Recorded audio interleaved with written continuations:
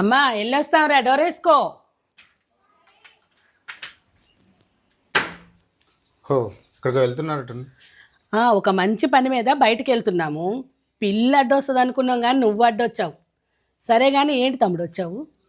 మా కోడలి పిల్ల మీ ఇంటికి వచ్చి 10 రోజులు అవుతుంది కదక్క, తీసుకెళ్దామని వచ్చా.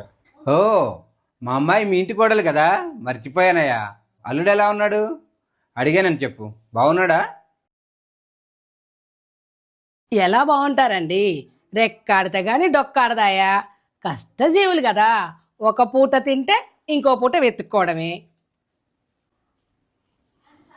అవునమ్మా, ఏ రోజు డబ్బులతో ఆ రోజు తెచ్చుకున్న డబ్బులు పెట్టి వండుకొని తిన తృప్తిగా. మిగిలిన డబ్బులు ఎంతో కొంత దాచిపెట్టుకుంటాం, దాంట్లో తప్పే ఉంది. ఎంత సంపాదించినా తినగలిగినంతే తింటాం కానీ ఎక్కువ తినలేం కదమ్మా.